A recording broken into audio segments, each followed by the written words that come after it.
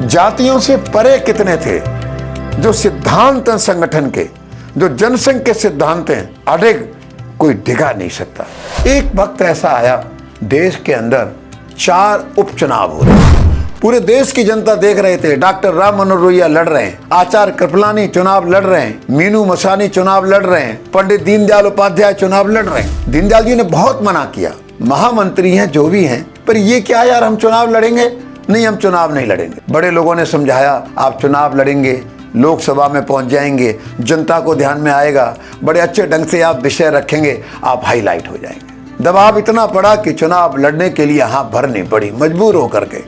और यादवीन दत्त दुबे जौनपुर के महाराजा, बाद में जनसंघ के बड़े अधिकारी रहे, चुनाव चल पड़ा। उनके खिलाफ कांग्रेस ने एक क्षत्रिय व्यक्ति को खड़ा किया। और जनसंघ के भी ब्रह्म सिंह जी एक क्षत्रिय राजनेता थे जिनका देहांत हो गया था, उनके कारण से चुनाव हो रहा था। यादवीन दत्त जी ने बड़ी हिम्मत करके कहा, दीनदयाल जी थोड़ा सा हम पिछड़ रहे हैं, देश की राजनीति जातिवाद पर जा रही है, आप हमको अनुमति दीजिए, यहाँ ब्राह्मणों की आबादी बहुत है, मैं चुने हुए 200-400 बड़े अच्छे अच्छे ब्राह्मण समाज के लोग बुलाता हूँ और आपके बारे में बताता हूँ।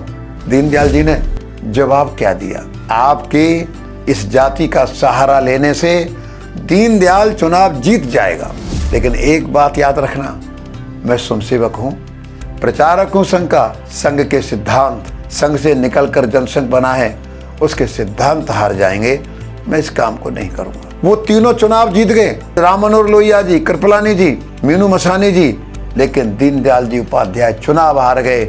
उनको कोई दुख नहीं हुआ। पत्रकार गया दीनदयाल जी के पास, आप हार गए, इतने बड़े नेता हैं, क्या कहना है? मेरे खिलाफ जो कैंडिडेट लड़ रहा था वो व्यक्ति बहुत अच्छा था, उसको जीतना चाहिए था। और उसके पास गए जो जीता था, आपने इतने बड़े नेता को हरा दिया, क्या कहना है? उन्होंने कहा ये देश लोकतंत्र के लायक नहीं है जितने एक ऋषि मुनि को हरा दिया। कैसे सिद्धांतों पर अटल रहने वाले। जनसंघ ने अपने घोषणा पत्र में लिखा, हम जमींदारी के खिलाफ हैं, जमींदारी का उन्मूलन होना चाहिए। विधानसभा में 10 एमएलए जीत करके आए, 8 ने जमींदारी का समर्थन कर दिया। दीनदयाल जी को जरा भी हिचक नहीं लगी, 8 एमएलए को उन्होंने पार्टी से निकाल दिया, 2 एमएलए रह गए। आज करेगा कोई इस काम को? 1948 में गांधी हत्या के कारण संघ पर बैन लग गया। संघ ने बहुत बड़ा आंदोलन शुरू किया।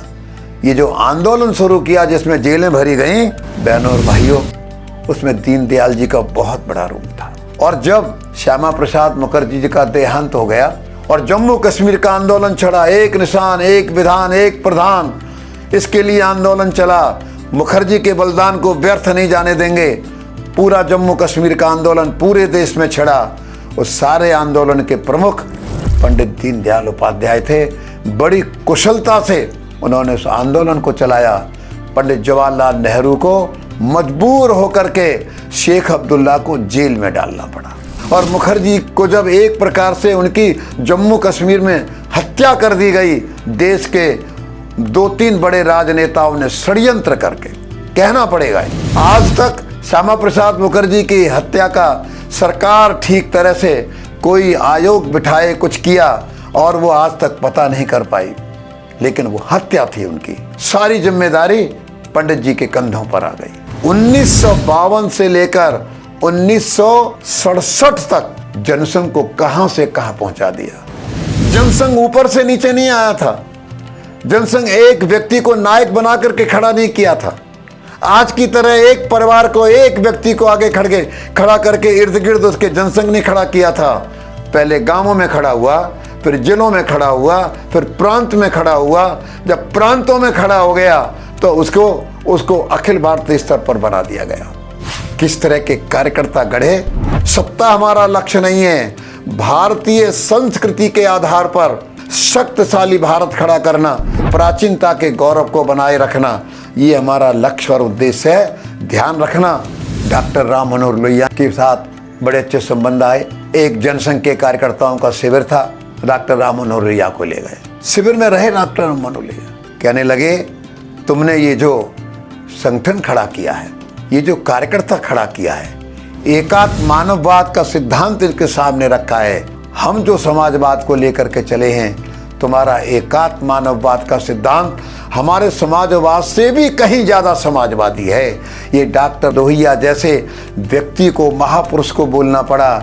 जब वो बोलते थे पार्लियामेंट में, नेहरू जी को पसीने आ जाया करते। बहुत अच्छे संगठनकर्ता थे, बहुत अच्छे समाजशास्त्री थे, बहुत अच्छे विचारक थे, बहुत अच्छे स्वयंसेवक थे, बड़े योग्य प्रचारक थे, इतिहासकार थे, पत्रकार थे, संपादक थे। ये सारे गुण उनके अंदर थे। हमारे देश की कुछ पॉलिटिकल पार्टी और नेताओं को इनसे भय लगा कि ये जनसंघ पूरे देश में जल्दी से छा जाएगा, अपने को ये नहीं होने देना है। गुजर रहे थे मुगल सराय से, बनारस से चले।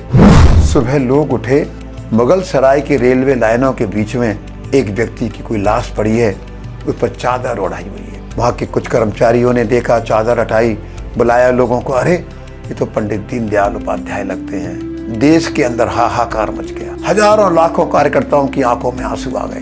गुरुजी ने कहा, दीनदयाल जी तुम चले गए, मेरा तो सब कुछ चला गया। डॉक्टर श्यामा प्रसाद मुखर्जी उनके बारे में बोलते थे, काश मेरे पास 2-3 दीनदयाल जी होते, मैं देश के अंदर परिवर्तन लाके दिखा देता, इस देश की सत्ता को चुनौती दे देता। कैसे अजात शत्रु थे वो, कैसे लेखक थे वो। चंद्रगुप्त मौर्य का पूरी जीवनी, पूरा उपन्यास एक रात में लिख दिया। आद्य जगत गुरु शंकराचार्य की उन्होंने जीवनी लिख दी। उन्होंने डॉक्टर हेडगेवार की जो जीवनी थी मराठी में, हिंदी में लिख दिया उसको। ऑर्गेनाइजर के लिए वो साप्ताहिक एक कॉलम लिखा करते थे, पॉलिटिकल डायरी। एक अधिकारी ने लिखा, मेरे सामने उन्होंने लिखा, लिखकर लिफाफे में बंद किया, कहा डाल देना। आमतौर पर आदमी लिखता है तो पढ़ता है, कोई गलती ना हो गई हो।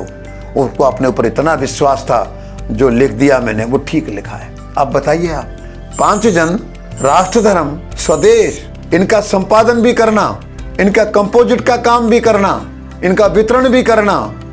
एक बार कहीं बाहर भेजना था, कोई दिक्कत आ गई, अपनी साइकिल पर रख करके स्टेशन पहुंचा दिया। अटल जी और इन्होंने मिलकर के किस ढंग से ये पत्रिकाएं कैसे शुरुआत की। हनुमान प्रसाद पोद्दार जी को पत्र लिखा, ये जो राष्ट्र धर्म 5 जन स्वदेश अखबार निकल रहे हैं, मुझे दिक्कत आ गई है, 5000 रुपये चाहिए। हनुमान प्रसाद जी पोद्दार ने पत्र पढ़ा, पत्र पढ़कर बड़े खुश हुए। उनका 5000 नहीं, 15000 रुपये दूंगा आपको, और जब भी जरूरत पड़े बता देना, पैसे की कमी नहीं होने दूंगा। आज की इस गंदी राजनीति में आप बताइए, उनका जीवन प्रेरणा देता है कि नहीं देता है। लाल बहादुर शास्त्री जी की याद दिलाता है, डॉक्टर राधा कृष्णन की याद दिलाता है, डॉक्टर राजेंद्र प्रसाद को याद दिलाता है, सरदार वल्लभ भाई पटेल को याद दिलाता है। 25 सितंबर, आइए उनको याद करें और आज के दिन उनको श्रद्धांजलि भेंट करें। आज के राजनेता, आज के युवा, इनके जीवन से थोड़ी सी भी शिक्षा ले लें, ये देश कितना आगे जाएगा, देश कितना ऊंचा उठेगा, विचार करिए। इसी के साथ अपनी बात समाप्त करता हूँ। जय श्री राम।